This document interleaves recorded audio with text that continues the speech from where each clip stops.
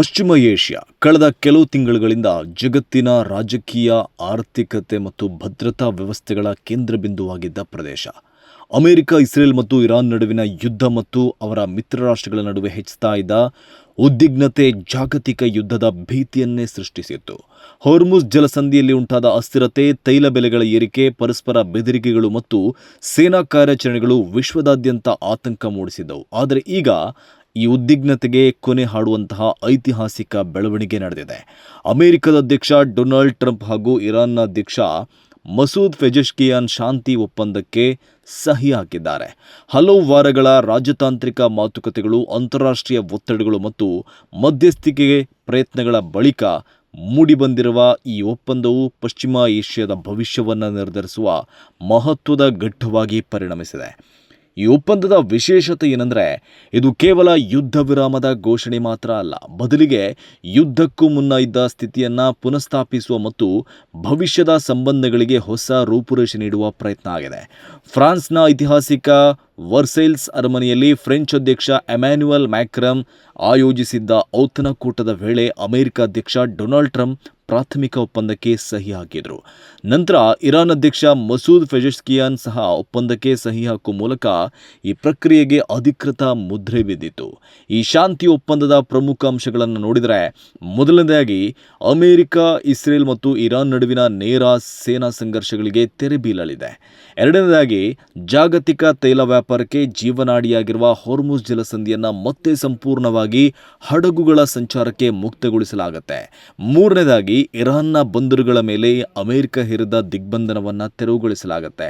ನಾಲ್ಕನೇದಾಗಿ, ಇರಾನ್ ಮೇಲಿನ ಹಲವು ಆರ್ಥಿಕ ನಿರ್ಬಂಧಗಳನ್ನು ಹಂತ ಹಂತವಾಗಿ ತೆಗೆದುಹಾಕುವ ಪ್ರಕ್ರಿಯೆ ಆರಂಭವಾಗಲಿದೆ. ಇದರ ಜೊತೆಗೆ ಬಹಳ ವರ್ಷಗಳಿಂದ ವಿವಾದದ ಕೇಂದ್ರಬಿಂದುವಾಗಿದ್ದ ಇರಾನ್ನ ಪರಮಾಣು ಕಾರ್ಯಕ್ರಮದ ಕುರಿತು ಅಮೆರಿಕ ಮತ್ತು ಇರಾನ್ ನಡುವಿನ ಅಧಿಕೃತ ಮಾತುಕತೆಗಳನ್ನು ಮತ್ತೆ ಆರಂಭಿಸಲು ಒಪ್ಪಂದದಲ್ಲಿ ಅವಕಾಶ ಕಲ್ಪಿಸಲಾಗಿದೆ. ಮುಂದಿನ 60 ದಿನದೊಳಗಡೆ ಅಂತಿಮ ಶಾಂತಿ ಒಪ್ಪಂದದ ರೂಪುರೇಷೆಗಳನ್ನು ಪೂರ್ಣಗೊಳಿಸುವ ಗುರಿಯನ್ನು ನಿಗದಿಪಡಿಸಲಾಗಿದೆ. ಈ ಬೆಳವಣಿಗೆಯ ಪರಿಣಾಮ ತಕ್ಷಣವೇ ಜಾಗತಿಕ ಮಾರುಕಟ್ಟೆಯಲ್ಲಿ ಗೋಚರಿಸಿದೆ.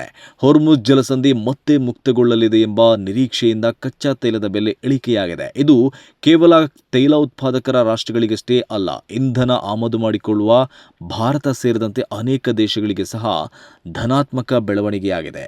ಆದರೆ ಈ ಒಪ್ಪಂದದ ವಿರುದ್ಧ ಅಮೆರಿಕದ ಒಳರಾಜಕೀಯದಲ್ಲಿ ಮತ್ತು ಕೆಲ ಪಾಶ್ಚಾತ್ಯ ಮಾಧ್ಯಮಗಳಲ್ಲಿ ಟೀಕೆಗಳು ಕೇಳಿಬಂದಿವೆ. ಟ್ರಂಪ್ ವಿರೋಧಿಗಳು ಮಾತ್ರ ಅಲ್ಲ, ಕೆಲವು ರಿಪಬ್ಲಿಕನ್ ನಾಯಕರು ಸಹ ಈ ಒಪ್ಪಂದದ ಬಗ್ಗೆ ಅನುಮಾನ ವ್ಯಕ್ತಪಡಿಸಿದ್ದಾರೆ. ಇರಾನ್ಗೆ ಅತಿಯಾದ ಆರ್ಥಿಕ ಮತ್ತು ರಾಜತಾಂತ್ರಿಕ ಸೌಲಭ್ಯಗಳನ್ನು ನೀಡಲಾಗಿದೆ ಎಂಬ ಆಕ್ಷೇಪಣೆ ಕೇಳಿಬಂದಿದೆ. ರಿಪಬ್ಲಿಕನ್ ಪಕ್ಷದ ಸಂಸದ ಬಿಲ್ ಕ್ಯಾಸಿಡಿ, ಇರಾನ್ನ ಪರಮಾಣು ಯೋಜನೆಗಳನ್ನು ಪರಿಣಾಮಕಾರಿಯಾಗಿ ತಡೆಯಲು ಸಾಧ್ಯವಾಗದ ಈ ಒಪ್ಪಂದ ಅಮೆರಿಕದ ವಿದೇಶಾಂಗ ನೀತಿಗೆ ದಶಕಗಳಲ್ಲಿ ಎದುರಾದ ಅತಿದೊಡ್ಡ ಹಿನ್ನಡೆ ಎಂದು ಟೀಕಿಸಿದ್ದಾರೆ.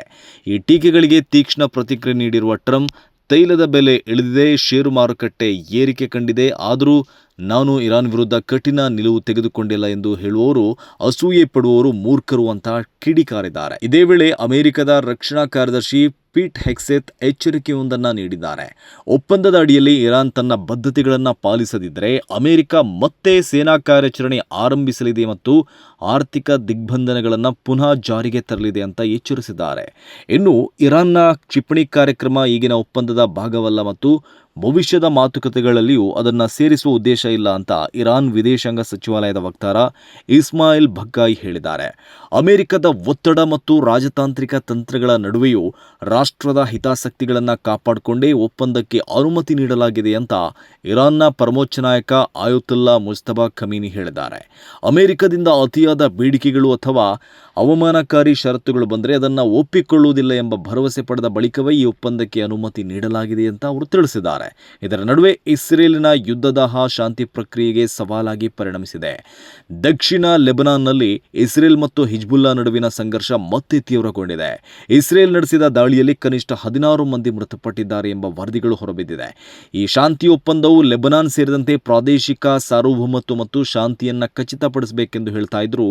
ನೆಲಮಟ್ಟದಲ್ಲಿ ನಡೆಯುತ್ತಾ ಇರುವ ಈ ಸಂಘರ್ಷಗಳು ಪರಿಸ್ಥಿತಿಯನ್ನು ಮತ್ತಷ್ಟು ಸಂಕೀರ್ಣಗೊಳಿಸುತ್ತೆ. ಇಸ್ರೇಲ್ ಪ್ರಧಾನಿ ಬೆಂಜಮಿನ್ ನೆತನ್ಯಾಹು ಹಿಜ್ಬುಲ್ಲಾ ವಿರುದ್ಧದ ಕಾರ್ಯಾಚರಣೆಯಿಂದ ಹಿಂದೆ ಸರಿಯುವ ಯಾವುದೇ ಲಕ್ಷಣ ತೋರಿಸ್ತಾ ಇಲ್ಲ. ಹಿಜ್ಬುಲ್ಲಾವನ್ನು ಸಂಪೂರ್ಣವಾಗಿ ನಿಗ್ರಹಿಸುವವರೆಗೂ ಕಾರ್ಯಾಚರಣೆ ಮುಂದುವರಿಯಲಿದೆ ಅಂತ ಅವರು ಘೋಷಿಸಿದ್ದಾರೆ.